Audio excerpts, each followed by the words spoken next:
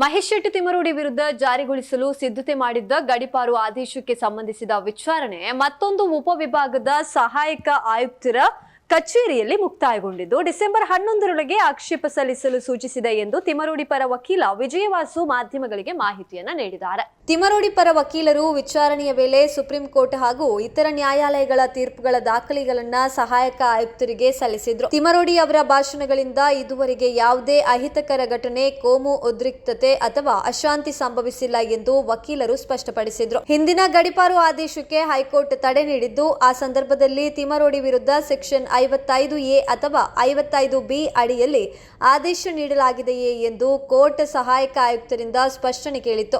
High court December 15ರೊಳಗೆ ವಿವರವಾದ ವರದಿ ಸಲ್ಲಿಸಲು ಸೂಚಿಸಿ ಅಷ್ಟರವರೆಗೆ ಗಡೀಪಾರು ಆದೇಶಕ್ಕೆ ತಡೆ ನೀಡಿತ್ತು. ಇದೀಗ ಉಪವಿಭಾಗಾಧಿಕಾರಿಗಳ ಕೋರ್ಟ್ ವಿಚಾರಣೆ ಮುಕ್ತಾಯಗೊಳಿಸಿ ಡಿಸೆಂಬರ್ 11ರೊಳಗೆ ಆಕ್ಷೇಪ ಸಲ್ಲಿಸಲು ಅವಕಾಶವನ್ನ ನೀಡಿದ. ನಾವು ಆಕ್ಷೇಪ ಸಲ್ಲಿಸುತ್ತೇವೆ, ತೀರ್ಪು ನಮ್ಮ ಪರವಾಗಿ ಬರದಿದ್ದಲ್ಲಿ ಮತ್ತೆ ನ್ಯಾಯಾಲಯದ ಮೊರೆ ಹೋಗ್ತೇವೆ ಎಂದು ವಕೀಲ ವಿಜಯವಾಸು ತಿಳಿಸಿದ್ರು.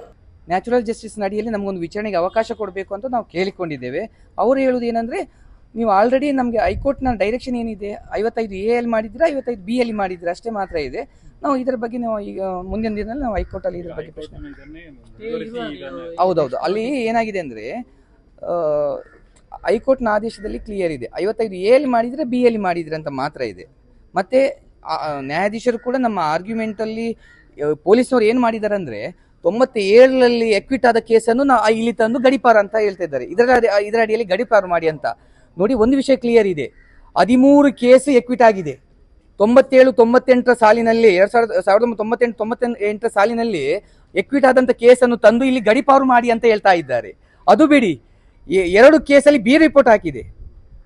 ಅದರಿಂದ ಇಲ್ಲಿ ಏನಾಗಿದೆ ಅಂದ್ರೆ, ಗಡೀಪಾರು ಮಾಡಬೇಕಾದ್ರೂ ಕೂಡ ಇಲ್ಲಿ ನಾವೇನು ದರೋಡೆ ಮಾಡಲಿಲ್ಲ, ನನ್ನ ಭಾಷಣದಿಂದ ಎಲ್ಲಿಯೂ ಕೂಡ ಕೋಮು ಗಲಭೆ ಆಗಲಿಲ್ಲ, ಯಾವುದೇ ಅಹಿತಕರ ಘಟನೆ ಆಗಲಿಲ್ಲ, ಸರಿಯಾ?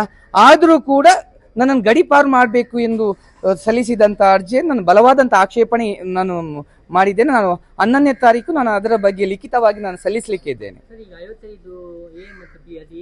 ಸರ್, ಅದರಲ್ಲಿ ಏನಾಗುತ್ತೆ ಅಂದ್ರೆ, ಒಂದು ಕೊಲೆ, ಒಂದು ಈ ಘಟನೆಯಿಂದ ಯಾವುದಾದ್ರೂ ಕೊಲೆ ಅಥವಾ ದೊಡ್ಡ ಅಪರಾಧಗಳಾಗಿದ್ರೆ ಸರಿಯಾ, ಆಗ ವಿಚಾರಣೆ ಮಾಡಬೇಕು ಅಂತ ಹೇಳುತ್ತೆ, ಸರಿಯಾ?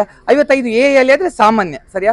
ನಾನು ಹೇಳುವುದೇನಂದ್ರೆ, Deepak versus state of Maharashtra ಕೇಸಲ್ಲಿ 2022ರಲ್ಲಿ ಸುಪ್ರೀಂ ಕೋರ್ಟ್ ಕ್ಲಿಯರ್ ಹೇಳಿದೆ, ಮ್ಯಾಂಡೇಟರಿ ಆಗಿ ನಮಗೆ ಅವಕಾಶ ಕೊಡಬೇಕು ಅಂತ ಹೇಳಿದೆ. ಆ ಅವಕಾಶ ಏನಂದ್ರೆ, ನಮಗೆ ಕ್ಲಿಯರ್ ಕಟ್ ಆಗಿ ನಮಗೆ ಸಮಯಾವಕಾಶ ಕೊಡಬೇಕು ಅಂತ ಹೇಳಿದೆ. ನಾವು ಸಮಯಾವಕಾಶ ಕೇಳಿದ್ದೇವೆ. ಆದ್ರೆ ಮಾನ್ಯ ನ್ಯಾಯಾಧೀಶರು ಏನು ಹೇಳಿದ್ರೆ ಅಂದ್ರೆ, ನನಗೆ 15 ದಿವಸದ ಒಳಗಡೆ ನನಗೆ ಹೈಕೋರ್ಟಿಗೆ ವರದಿ ಸಲ್ಲಿಸಲಿಕ್ಕೆ ಇದೆ, ಅದರಿಂದ ವಿಚಾರಣೆಗೆ ನಾನು ಅವಕಾಶ ಕೊಡುವುದಿಲ್ಲ ಅಂತ ಹೇಳಿದ್ದಾರೆ. ಬಟ್ ನಾವು ಹಲವಾರು ಸುಪ್ರೀಂ ಕೋರ್ಟ್ನ ತೀರ್ಪುಗಳನ್ನು ಕೂಡ ಉಲ್ಲೇಖ ಮಾಡಿದ್ದೇವೆ. ಮತ್ತೆ ಪೊಲೀಸ್ನವರು ಏನು ಹಾಕಿದ್ದಾರೆ ಆ ಎಲ್ಲ ಕೇಸ್ಗಳಲ್ಲಿ ನಾನು ಈಗಾಗಲೇ ಹೇಳಿರೋ ಪ್ರಕಾರ ಎಲ್ಲ ಖುಲಾಸೆ ಆಗಿದೆ. ಖುಲಾಸೆ ಆಗಿದ್ದನ್ನು ಅವರು ಒಪ್ಪಿಕೊಂಡಿದ್ದಾರೆ. ಎಲ್ಲಿ ಕೂಡ ಅದರ ಬಗ್ಗೆ ಮೇಲ್ಮನವಿ ಸಲ್ಲಿಸಲಿಲ್ಲ. ಏನಿದೆ ನನ್ನ ಮೇಲೆ ಇರುವಂತಹ ಆರೋಪ ಏನು ಹೇಳಿ? ಎಲ್ಲಿಯಾದ್ರೂ ನಾನು ನನ್ನ ಭಾಷಣದಿಂದ ಎಲ್ಲಿಯಾದ್ರೂ ಇದಾಗಿದೆಯಾ? ಕ್ರಿಮಿನಲ್ ಒಫೆನ್ಸ್ ಆಗಿದೆಯಾ? ಇಲ್ಲ. ಧರ್ಮಗಳ ಮೇಲೆ ಎಲ್ಲಾದ್ರೂ ಅಪರಾಧಗಳಾಗಿದೆಯಾ? ಇಲ್ಲ. ಅದರಿಂದ ನಾನು ಈ ಬಗ್ಗೆ ನಾವು ಮುಂದಿನ ದಿನದಲ್ಲಿ ಅಂದ್ರೆ 11ನೇ ತಾರೀಕು ಈ ಬಗ್ಗೆ ನಾವು ನ್ಯಾಯಾಲಯದಲ್ಲಿ ನಮ್ಮ ಆಕ್ಷೇಪಣೆಯನ್ನು ಸಲ್ಲಿಸಲಿಕ್ಕಿದ್ದೇವೆ. ಮತ್ತೆ ಒಂದು ವೇಳೆ ಇವರ ಆದೇಶವನ್ನು ಕಂಟಿನ್ಯೂ ಮಾಡಿದ್ರು ನಾವು ಮುಂದಿನ ದಿನದಲ್ಲಿ ನಾವು ಹೈಕೋರ್ಟ್ನ ಅಸಿಸ್ಟೆಂಟ್ ಕಮಿಷನರ್ ಅಲ್ಲ, ಇವರು ಬರ್ಬೇಕಾಗಿಲ್ಲ, ಇವರು ನನಗೆ ಅಧಿಕಾರ ಕೊಟ್ಟಿದ್ದಾರೆ. ಆ ಅಧಿಕಾರ ಪತ್ರದಲ್ಲಿ ನಾನು ಮುಂದುವರಿಸಲಿಕ್ಕೆ ಸರ್ ಅಲ್ಲಲ್ಲ, ಹೈಕೋರ್ಟ್ ಕ್ಲಿಯರ್ ಕಟ್ ತನ್ನ ಆದೇಶದಲ್ಲಿ ಇವರ ಗಡೀಪಾರನ್ನು ಸೆಟಸೆಡೆ ಮಾಡಿದೆ ಆರ್ಡರ್ ಅಲ್ಲಿ.